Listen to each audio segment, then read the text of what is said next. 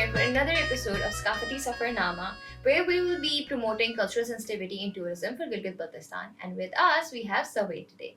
Assalamu alaikum. Walaikum assalam. Thank you so much for joining us. Thank you. And I want you to please introduce yourself and your ties to Gilgit-Baltistan. Assalamu alaikum. My name is Saweedul Hassan from district store and currently मैं जो है Gilgit city में ही रहता हूँ और through out my life मैं city में ही रहा हूँ और वहाँ के चीज़ों के साथ ही अटैच रहा हूँ, वहाँ ही बड़ा हुआ हूँ। दोस्त मेरी जो है ना पूरी इन्वायरमेंट वहीं पे अपब्रिंग हुई है और उसी माहौल के साथ ही मैं अटैच रहा हूँ और थ्रू आउट माई लाइफ में वहीं रहा हूँ।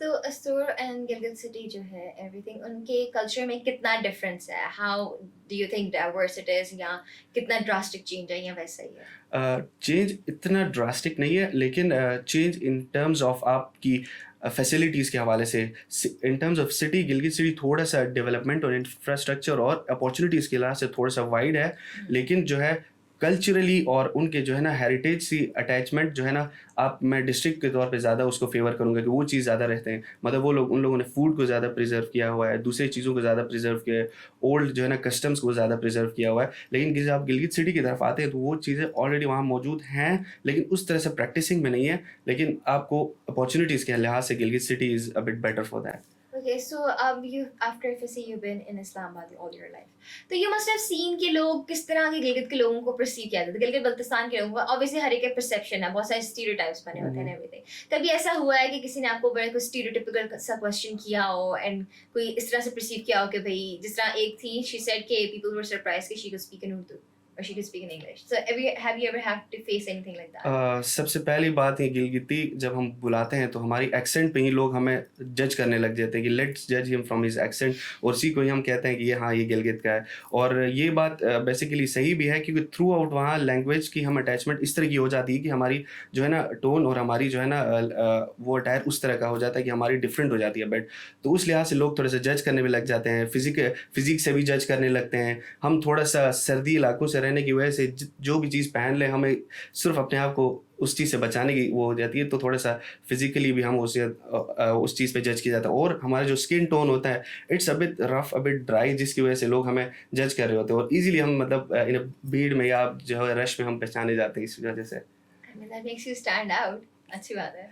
हाँ, ये अच्छी बात है और मैं इस चीज़ को ओन भी करता हूँ कि एक गिलगिती होने के नाते मैं अगर लोगों में डिस्टिंक्ट फील कर रहा हूँ तो या इट्स अ गुड थिंग। ये वो चीज़ नहीं है, ये हमें चीज़ों को मैं सबको कहना चाहता हूँ कि इस चीज़ को ओन करें, अपनी आइडेंटिटी बताएं ताकि आप दूसरे से डिस्टिंक्ट रहें। Okay, so are you one of the guys जो यहाँ पे अतन करते हैं? अतन Yeah. इट्स अतन बेसिकली इट्स पश्तून टच। ये हमारी गिलगिती की अपनी डांस होती है जो कि मैं खुद करता हूँ और ये मैं सबको कहता हूँ कि ये सीखना चाहिए और it's really a part of your culture और इट्स रियली एन आइडेंटिटी जो कि आप शो कर सकते हैं। बेशक आपकी अटायर जो भी हो, बस आप हाथ उठा के नाचने लग जाए तो आप पता चल जाता है आप गिलगित के हैं। And you must have seen कि यहाँ पे every time नाचना होता है तो everyone really enjoys it, ठीक है? Of course. तो that obviously means कि जब टूरिस्ट भी जाते हैं everything तो वो ये सारी चीजें enjoy करते हैं सारी। या वो यहाँ के लिए एक बहुत नई चीज़ होती है कि वो डांस वगैरह, तो ये सबसे पहले हम खुद एंजॉय करते हैं और दूसरी बात जो बाहर का नया बंदा आता है वो खुद भी इस चीज़ को एंजॉय करता है क्योंकि इसमें एक फिजिकल एक्टिविटी के साथ आपकी बीट्स और आपके ड्रम्स और ये सारी चीज़ें मिल के एक ऐसा एक रिदम बन जाता है जिससे हर बंदे को एंजॉयमेंट महसूस हो जाती है। ये एक बहुत पहले से चलती हुई रस्म आ रही है, तो जब ये आती है तो हमें अपना पास्ट भी याद आता है, जब हम बच्चे होते थे और हमारे इवेंट्स भी याद आते हैं, वो चीज़ हमारे साथ एक अटैच रह जाती है। तो इस चीज़ को हम बहुत ज़्यादा इंजॉय करते हैं। ये हमारी इवेंट्स फैमिली गैदरिंग्स में भी हो जाता है, जो भी छोटी मोटी पार्टी हो जाती है, बस एक बीट बजे हम सब हाजिर हो जाते हैं वहीं पे।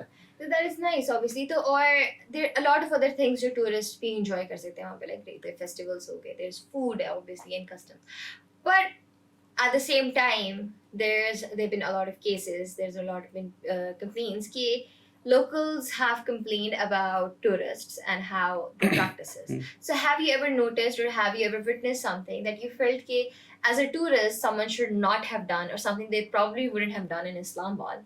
ठीक है? तो do you have any of those accounts? हाँ, सबसे पहले let me drag it a bit कि गिलगित बल्तिस्तान जो है वो अभी डिस्टिंक्ट है दूसरे एरियो से, जहाँ पे ये है कि सब लोग सेम आइडेंटिटी सेम कल्चर के लोग वहाँ रहते हैं, तो उन सब की आइडेंटिटी एक जैसी बन जा रही होती है। और उसमें ये है कि इन्फ्लक्स ऑफ डिफरेंट कल्चर्स हैं जो कि बाहर ममालिक से पास्ट में आए गए हैं, तब जो भी बंदा गिलगित बल्तिस्तान में अपना होता है उस चीज़ों को ओन कर देता है। जो भी वहाँ बुराई आती है तो वो उसको एलिमिनेट करने की कोशिश करता है। लेकिन जो बाहर का बंदा आ रहा होता है, एक रेजिडेंट बाहर का जो एक टूरिस्ट आ रहा होता है, वो एक अबिट थ्रेट टाइप का बन जाता है नॉर्मल रेजिडेंट्स के लिए। वो इसलिए कि वो उसके लिए बिल्कुल एक बाहर के शहर की तरह वो होती है कि चलते हुए चीज़ को फेंक देना, it's a normal for everything. लेकिन वहाँ के लिए नॉर्मल नहीं है। वो उस इकोसिस्टम को ऐसा डैमेज करने में एक बहुत बड़ा एक वो किरदार अदा कर देता है।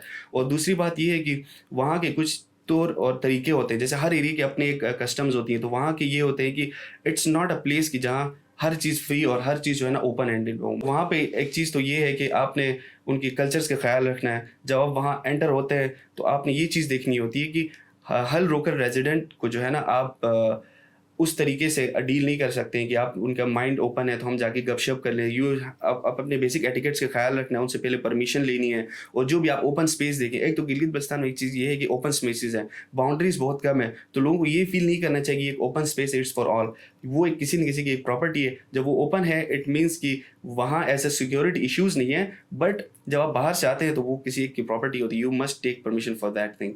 और तीसरी बात ये है कि जब भी आप टूरिस्ट वहाँ पे आता है तो सबसे बड़ी चीज़ ये आती है कि वो अपने साथ फैमिली इंजॉय करने आता है। उस इंजॉयमेंट में बहुत सारी वो जो है ना चीज़ें हो रही होती हैं, तो उसने उन चीज़ पे कंट्रोल रखना है। तो कंट्रोल इन अ सेंस ये कि गार्बेज हो गया या दूसरी चीज़ें हो गया इंजॉयमेंट के लिए। तो रिसेंटली मैंने जब हम लोग गुजर रहे थे तो वहाँ पे हमने जब पशुकोन से मैं गुजर रहा था तो वहाँ किसी भी स्टोन पे लिखा होता है कि someone with this has been present in this, और वो डेट लिखा होता है एक स्टोन के ऊपर विद अ परमानेंट मार्कर और एवरीथिंग। और वहाँ पे जब आप वहाँ से गुजरते हैं तो वो चीज़ एक बहुत बुरी लगने लगती है, वो उस नेचुरल ब्यूटी को ख़राब कर रही होती है। Because obviously fair enough. Wow, that is something जो नहीं सोचा जाता है। वहाँ पे अपनी तरफ से तो आप अपनी निशानी छोड़ के जा रहे हैं, लेकिन किसी का no one is allowed you to write there. हाँ, वो बस निशानी छोड़ के आप बेशक आप आ गए तो आप मेमोरीज लेके जा रहे हो। इससे बड़ी चीज़ क्या है कि आप एक निशानी छोड़ के जाएं। आप निशानी नहीं बल्कि आप उस चीज़ को डैमेज करके जा रहे हैं। और दूसरी चीज़ ये है कि जो भी ज़मीन वहाँ पे होती है, लोगों का एक सोर्स ऑफ इनकम होता है। तो जब आप वहाँ जाके उस चीज़ को डैमेज कर रहे होते हैं तो एक तो वहाँ पे इकोनॉमी भी इतनी जनरेट होती है कि वो उसी से सस्टेन कर पाते हैं। और बिल्कुल एक जो है ना हमारी जो है नॉर्मल इनकम और आपकी जो है ना प्रोडक्शन इतनी ज़्यादा नहीं होती, तो लोग उतने कम प्रोडक्शन से ही खुश होते हैं। जब आप वहाँ के उसी को डिस्ट्रॉय करने लगते हैं तो वो फिर इनडायरेक्टली अफेक्ट हो रहे होते हैं। तो इस चीज़ को बाहर से आने वाला बंदा उस चीज़ को ख्याल रखने की ज़रूरत है। That is actually a very interesting thing. So, ये तो चीज़ें हो गई कि टूरिस्ट को इस चीज़ का ख्याल रखना चाहिए and everything. ठीक है, बट यहाँ पे मसला एक ये भी आ जाता है कि people are mostly unaware. उन्हें पता ही नहीं होता है, you know, क्योंकि यहाँ पे हमारा नॉलेज गैप बहुत ज़्यादा है, कम्युनिकेशन गैप बहुत ज़्यादा है, रिप्रेजेंटेशन बहुत कम है गिलगित बल्तिस्तान की, you know, main stream media में, जिसकी वजह से people बिल्कुल। don't really know how to, because लोगों ने सारे नॉर्थ को एक बॉक्स में डाला, सारे के सारे नॉर्थ, ठीक है ना, कि सब के सब एक जैसे, जबकि we were talking कि कितनी ज़्यादा लैंग्वेजेस बोली जाती है, कितनी सारी डाइवर्सिटी है, but people don't really know that because no one really talks about it. ठीक है, so on the end of authorities, as someone who lives there, someone who's family there, what do you think can be done from the end of authorities ताकि जो tourism की सारी ये side है ये regulate हो सके, ताकि you know people are aware, culturally sensitive तो तभी होंगे ना जब they're aware. तो इस चीज़ को मैं ऐसे ब्रेक डाउन करूँगा कि 3 स्फेयर्स में ब्रेक करूँगा। सबसे पहले रिस्पॉन्सिबिलिटी ऑफ लोकल रेजिडेंट, जो कि वहाँ मैंने कह दिया। और दूसरी बात कि सबसे पहले जो बाहर का टूरिस्ट आता है उसने रैंडमली नॉर्थ घूमने के प्लान से नहीं आना चाहिए। उसको अभी थोड़ा सा रिसर्च करनी चाहिए कि मैं कहाँ जा रहा हूँ और वहाँ क्या चीज़ है और क्या चीज़ नुकसान फ़ायदों से पहले देखने हैं। इट कॉस्ट अराउंड 10% या 15%। जो मेजर 40% का जो वेटेज है वो है अथॉरिटीज़ पे जाता है कि एक अननोन बंदा बाहर से आ रहा है तो हाउ उसको कैसे पता चले। तो अथॉरिटीज़ को ये चाहिए कि सबसे पहले रेगुलेशन करे उस चीज़ की, उसको सिस्टमाइज बनाए। जो नया बंदा है उसको चीज़ बोर्ड पढ़ के पता चले कि इस जगह पे ऐसे ऐसे जो है ना आपके नेचुरल जो है ना वो जो है ना वो प्रिजर्व किए जाते हैं। जैसे नलतर एक जगह है जहाँ पे स्नो लेपर्ड्स प्रिजर्व किए जाते हैं। लोग आते हैं, दे थिंक इट्स जंगली जानवर, कोई पत्थर मारने लग जाते हैं, लेकिन इट्स लाइक वो एक चीज़ में बंद है। नेचुरल पार्क्स बने हुए, तो इन सब को जो है ना आप आजकल सोशल मीडिया बड़ी एक्टिव है तो उसमें आप पेजेस बना के अवेयरनेस कैंपेन्स उसमें रन करें कि जो है ना एक टूरिस्ट के लिए क्या क्या चीज़ें करनी चाहिए।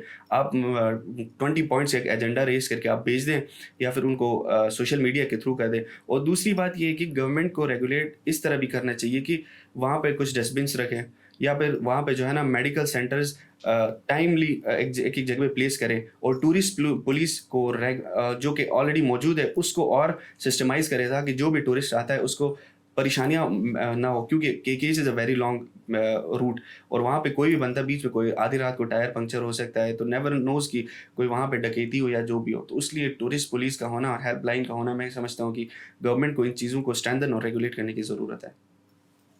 That is very interesting. So, as it brings us to the end of the conversation, is there something you would like to add? बस फाइनली मैं यही कहूँगा कि एक सेंसिटिव इलाके में हम लोग रह रहे हैं, जो कि कल्चरली बहुत ज़्यादा इस वक्त इंडेंजर्ड है। तो इस चीज़ को प्रिजर्व करने के लिए सिर्फ लोकल्स और गवर्नमेंट अथॉरिटी अकेले कुछ नहीं कर सकती। इसमें कलेक्टिव स्ट्रगल की ज़रूरत है। बाहर से आने वाले टूरिस्ट, अंदर रहने वाले लोकल रेजिडेंट्स और रेगुलेट करने वाली गवर्नमेंट अथॉरिटीज़, क्योंकि ताली एक हाथ से नहीं बजती है। तो हम सब ने कलेक्टिव स्ट्रगल करना है और इस चीज़ को बचाना है, और हम उसी चीज़ को प्रिजर्व करके हम सब बाहर से आने वालों को वेलकम करते हैं।